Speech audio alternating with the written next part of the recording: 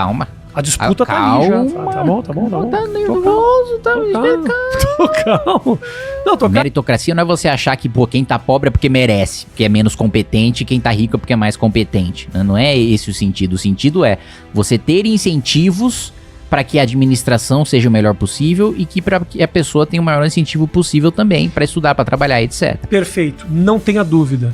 Agora, para que você... se realmente a chave é uma mudança na educação, é uma mudança muito, muito demorada, complicada e que exige um investimento. Existe uma mudança de mentalidade pra caralho de administradores e tudo mais. Hoje o que está acontecendo no dia a dia é pessoas que não têm a formação mais elevada e que têm a melhor preparação não estão conseguindo aqueles empregos. Quando você tem, por exemplo, um negro que consegue o emprego de uma diretoria, ele muda toda uma cadeia, né, de pessoas que veem aquela oportunidade e que levanta tudo isso. Não tenha dúvida. Esse negro já passou pela fase de educação. Esse cara tá fadado às piores oportunidades pro resto da vida. Como é que faz? Não, porque eu falei de educação como exemplo, que é o principal exemplo, porque é isso que estruturalmente muda a sociedade. Agora, não tenha dúvida, mas... Calma. A disputa tá ali já. Tá bom. Tá nervoso, tá me explicando. Tô calmo. Não, tô calmo. É que a educação é... Educação estrutural, é longo prazo. Sim, a base, é a base, muito bem. Tem que ter política também de assistência social. Tem que ter política também de saúde.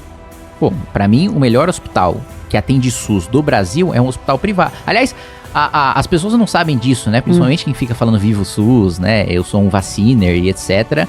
Que a maior parte do SUS é privado. A maior parte do SUS é de instituição filantrópica que atende SUS, né? Mas por que eu tô dizendo isso? Não sei. Porque é um conjunto de... Você não me pergunta essas coisas, não faço a menor ideia do que você falou aí. Vai lá. É a chamada pergunta retórica. Ah, tá, é pra você mesmo. Exatamente. Entendi. Pode falar. Intimidade é uma merda, né? Porque a gente já se maltrata, já e Não, pode falar, tô ouvindo. Não, eu sei que a gente pode falar, mas assim, as pessoas às vezes olham e devem achar, puta caralho, que deu uma patada, como ele é escroto. Tramontina. É isso, já faz um meme, assim. Não, eu odeio esse meme do corte rápido, porque eu acho muito tosco, mas enfim. O que eu tava falando mesmo? Porque é um conjunto de políticas públicas, né, que ajudam a diminuir a desigualdade. E perspectivas para crianças, por exemplo, ou perspectivas para jovens, etc. Eu, por exemplo, quando tava lá estudando em Indaiatuba e tal, a filial da Globo lá na minha cidade era a EPTV, né, lá em Campinas. E aí tem um concurso de redação, não sei se tem ainda, mas na minha época tinha um concurso de redação da EPTV, que a melhor redação você ia conhecer o Tarcísio Meira. Não. Você ia conhecer a redação lá da EPTV, né? A câmera, etc, né? O que hoje, parando pra pensar, é uma bosta, né? Porque você foi ver um monte de câmera parada. Mas eu fiz redação pra caralho pra poder conhecer aqueles estúdios e nunca conheci. Mas isso me ajudou muito a ler e a escrever. Tem um programa na Secretaria de Educação do Rio de Janeiro, que é tipo, os 50 melhores alunos vão pra NASA e pra Disney. Puta, isso, pra um aluno da periferia, é... Da mesma maneira como eu via o Jornal Nacional como uma coisa distante, ele via Disney e a NASA como uma coisa assim, eu nunca na minha vida vou sair daqui. Sim.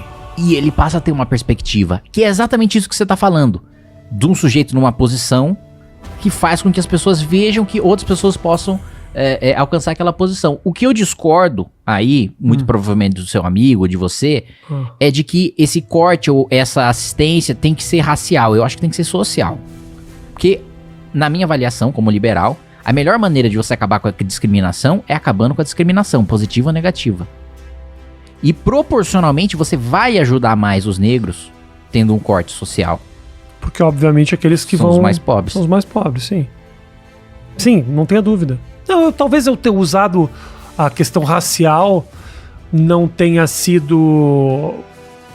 uma melhor maneira de expor a minha questão. Eu tô falando uma pessoa com menos oportunidades. E, inevitavelmente, num país como o Brasil, acaba sendo racial. Não a divisão, mas o problema em si. Não, acho que o problema em si é mesmo a falta de oportunidade por si só, sim, né? Não falta de oportunidade em razão da raça. Mas quem é? Não é em razão da raça, não tenha dúvida. Mas quem é que tem menos oportunidades no país ainda, cara? Escravidão era aqui, 1900, 1888, quer dizer... Quem é o mais pobre? É um processo muito recente, ou seja, o negro é o mais pobre. Eu concordo com você. Nós estamos concordando. Não acho que a questão é Não acho que a questão é única e exclusivamente racial. Agora, você tem um país extremamente preconceituoso e reacionário, cara. Um presidente da República que fala os absurdos que ele fez e com a possibilidade de ser reeleito. É um cara que foi votado. É um cara que falava que ditadura matou pouco, que o artista é vagabundo. Quer dizer...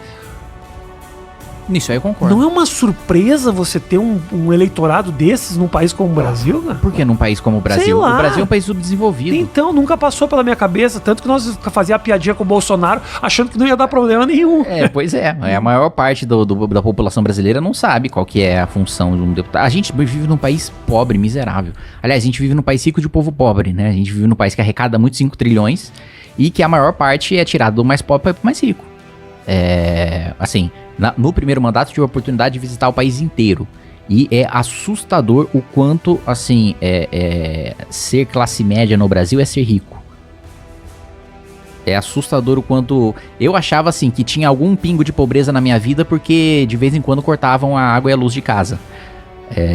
Na minha cortam aqui, tem uma época que eu esqueço de pagar. Então, eu vi que não, na verdade... Meio escroto falar isso que eu tô falando aqui, mas às vezes eu esqueço de pagar e cortam. Então, na verdade, só o fato de ter a possibilidade de cortar a água e a luz em casa já me fazia um sujeito com mais oportunidade do que a maior parte da população brasileira, né? Uhum. Então, é assustador a realidade que o sujeito tá preocupado em sobreviver. Não é culpa dele que ele vota errado.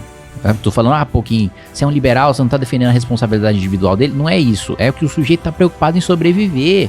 Dentro ali da hierarquia de prioridades dele, ele tá tomando a melhor decisão pra si mesmo, que é antes de saber qual que é a diferença entre deputado estadual e federal, ele precisa saber o que ele vai comer na janta, né? Sim. Então, esse é o país que a gente tem.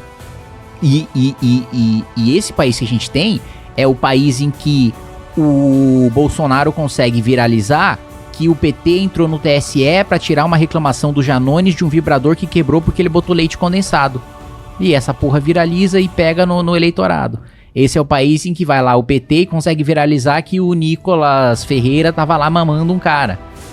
E aí, eu acho bem provável. E isso sai na manchete da Folha como uma grande preocupação da campanha do Bolsonaro. Tipo assim, a preocupação... Foi manchete da Folha. A preocupação, né, da campanha do presidente da República é de se um dos seus principais aliados é gay ou não. É esse o país que você vive, Rafinha. Então... Tá vendo? É isso que eu tava tentando te provar. Não, você acaba de concordar comigo. Nós concordamos. Então olha pra câmera e fala, concordo com o Rafinha. O Rafinha concordou comigo. Caralho. Valeu demais, galera, por acompanhar até aqui. Vocês são a força que mantém esse canal de pé, firme e sem rabo preso com ninguém. E se você curte esse conteúdo sem censura, com coragem e ironia na dose certa, que tal virar membro do canal? O valor é simbólico, dá pra pagar com o troco do pão, mas faz uma baita diferença pra gente continuar batendo de frente com esse sistema podre. Bora juntos nessa missão? Clica aí em Seja Membro e vem fazer parte da resistência que incomoda os amantes do 9 dedos.